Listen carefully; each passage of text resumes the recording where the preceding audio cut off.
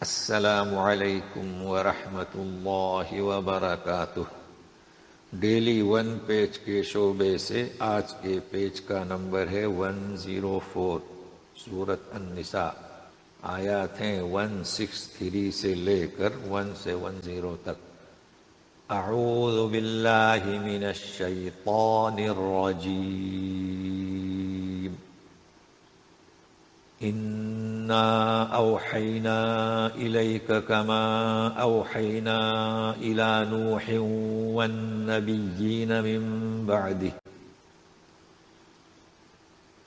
واوحینا الی ابراہیم واسماعیل واسحاق ویعقوب والاسباط وعیسی وایوب ویونس وہارون وسلیمان وآتینا داود زبورا۔ یقیناً بلا شبہ ہم نے آپ کی طرف اے رسول اسی طرح وحی کی ہے جیسے کہ نوح علیہ السلام کی طرف وحی کی تھی، اور نوح کے بعد آنے والے نبیوں کی طرف وحی کی تھی۔ اب مزید تفصیل، اور ہم نے وحی کی ابراہیم کی طرف، اسماعیل، اسحاق، یعقوب، اولاد یعقوب، عیسیٰ، ایوب، یونس، ہارون و سلیمان، اور ہم نے داؤد کو زبور عطا کی۔ تو یہ تفصیل ہوئی وحی کی کہ آپ کی طرف جو وحی کی ہے اسی طرح جیسے کہ ہم نے پچھلے نبیوں کی طرف کی تھی۔ تو ابن عباس کا یہ فرمان ہے کہ یہود یہ کہتے تھے کہ موسیٰ علیہ السلام کے بعد کوئی وحی نازل نہیں ہوئی۔ اس کا مطلب بہت کچھ ہوتا ہے۔ عیسیٰ ابن مریم کا تو انکار کرتے ہی تھے، اور پھر نبی کریم صلی اللہ علیہ وسلم کا بھی انکار کیا۔ ان کا کہنا تھا کہ کوئی وحی نازل نہیں ہوئی، تو اب کیسے وحی نازل ہوگی؟ حالانکہ وہ جھوٹ کہتے تھے۔ تو اس کا رد کیا گیا ہے۔ تو اس مناسبت سے اب اگلی آیتیں سنیے گا۔ وَرُسُلًا قَدْ قَصَصْنَاهُمْ عَلَيْكَ مِن قَبْلُ وَرُسُلًا لَّمْ نَقْصُصْهُمْ عَلَيْكَ وَكَلَّمَ اللَّهُ مُوسَىٰ تَكْلِيمًا۔ اور اے رسول، کچھ رسول ایسے ہیں کہ جن کے واقعات ہم نے آپ پر بیان کیے۔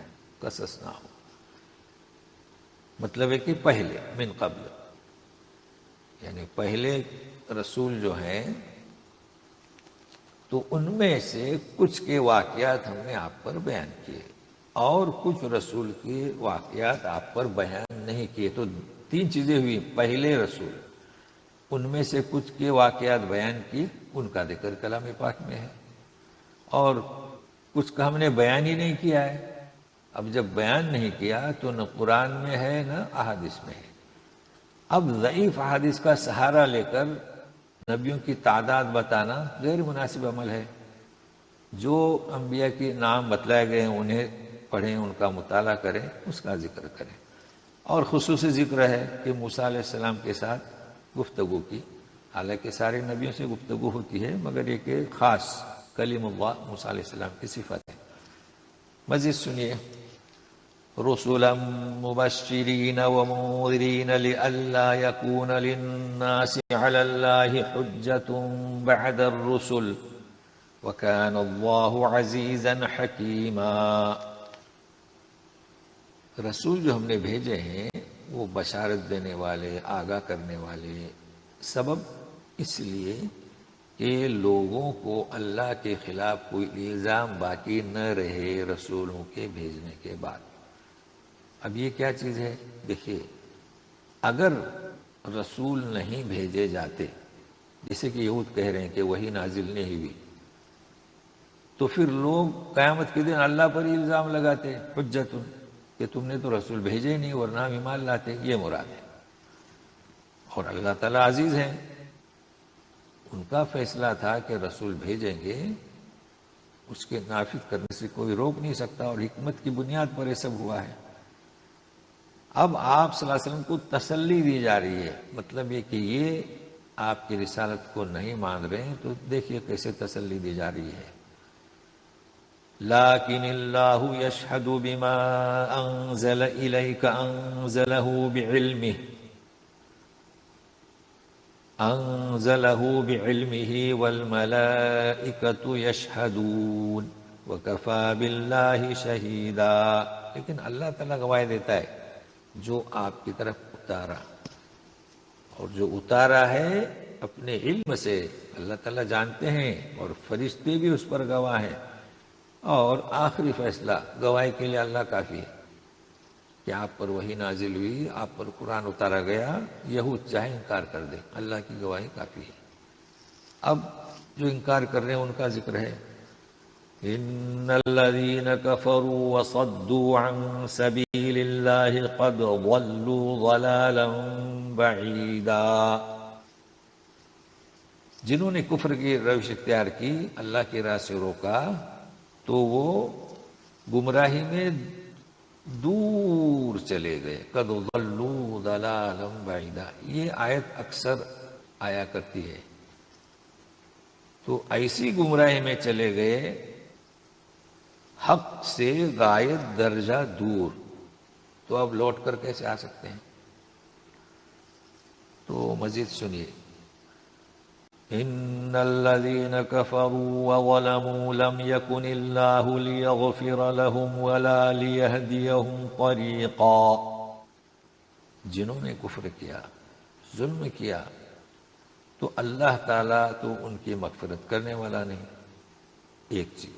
دوسرا، اور نہ ان کو کوئی رہبری کرے گا راستے کی طرف جو اللہ کی رضا حاصل کرنے تک پہنچائے. اس کی وجہ کیا؟ کہ انہوں نے ضد کی، ان پر حجت قائم ہو گئی، ان کے دلوں پر مہر لگ گئی. ہاں ایک راستہ ہے، الا طریق جہنم خالدین فیہا ابدا وکان ذلک علی اللہ یسیرا. یعنی ان کی کفر کی بنیاد پر ایک راستہ جہنم کا، بس اب اسی کی طرف یہ چلے جا رہے ہیں. اور یہ ڈھیل چھوڑ دیا اللہ نے. اور کیوں ڈھیل چھوڑا یہ بھی آپ جان چکے ہیں. یہ اللہ تعالیٰ کا طریقہ ہے کہ وہ چپکاتے نہیں، اور یہ اللہ تعالیٰ پر بہت آسان ہے. اب ناس لوگوں کو عام خطاب ہے. یا ایھا الناس قد جاءکم الرسول بالحق من ربکم فآمنوا خیرا لکم وَإِن تَكْفُرُوا فَإِنَّ لِلَّهِ مَا فِي السَّمَاوَاتِ وَالْأَرْضِ وَكَانَ اللَّهُ عَلِيمًا حَكِيمًا.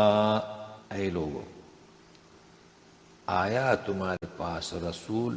اب با ہے تو با کے معنی حق کو لے کر، اس کے معنی ساتھ نہیں کرنا جب فعل کے ساتھ آئے، ورنہ پھر حق کے ساتھ آیا نہیں، حق کو لایا.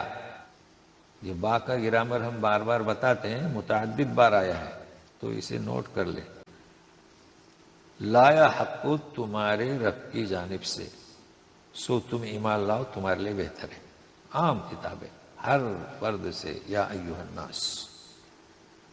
اب اگر نہیں سن رہے ہیں بات، ایمان نہیں لاتے اس رسول پر، اگر تم انکار کرتے ہو تو سن لو، آسمان و زمین میں جو کچھ ہے وہ اللہ کا ہے. اب یہ کیوں کہا جا رہا ہے؟ اس لیے کہ آسمان و زمین میں جو کچھ بھی اللہ کا ہے، تو اللہ تعالیٰ اس بات کا حقدار ہے کہ اسی کی بات سنی جائے. تو جب اس نے رسول کو بھیجا ہے تو آپ پر یہ ذمہ داری ہے کہ اسے تسلیم کیا جائے، ورنہ کوئی ایسا نہیں ہے کہ جس کا اقتدار کائنات پر ہو، وہ صرف اللہ ہی اللہ ہے. اور اللہ تعالیٰ کیسے ہیں؟ علیمن، خوب جاننے والے، خوب حکمتوں والے ہیں. تو اللہ تبارک تعالیٰ نے یہ جو رسول بھیجا، مثال کے طور پر یہ انکار کر رہے تھے، جیسے کہ ابن عباس کی بات کو ہم نے بتلایا کہ وحی نازل نہیں ہوئی. تو انہیں معلوم ہونا چاہیے کہ اللہ تعالیٰ خوب جاننے والے ہیں، تو علم کی بنیاد پر یہ وحی نازل کی ہے. کس پر اور کس زمانے میں، اور آخری رسول یہ کون؟ یہ اللہ تعالیٰ نے اپنے علم کی بنیاد پر، اور علم کے ساتھ ساتھ حکمت کی بنیاد پر، یہ دو ٹوک فیصلے والی بات انہیں بتائی جا رہی ہے.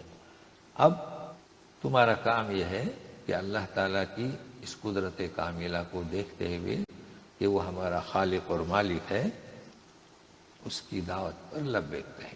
تو کبھی ایسا ہوتا ہے کہ آیت کو سمجھنے کے لیے اس کا پس منظر جاننا ضروری ہوتا ہے، اس سے کیا ہے صفحہ کے سمجھنے میں آسانی ہوتی ہے۔ اب جیسے کہ ابن عباس جب ان کی بات کو ہم نے پیش کیا تو صفحہ کے سمجھنے میں آسانی ہوئی، لیکن اس کا مطلب یہ نہیں ہے کہ جو چیز مطلوب نہیں اس کے پیچھے ہم لگ جائیں، جیسے کہ انبیاء۔ یہ کوئی ضروری نہیں ہے کہ کتنے انبیاء شروع سے آج تک آئے ہم انہیں گنے، ان کے نام جانے، ضروریات میں سے نہیں۔ تو کہیں پر اکتفا کیا جائے، خاموش رہا جائے، کہیں پر استفادہ کیا جائے۔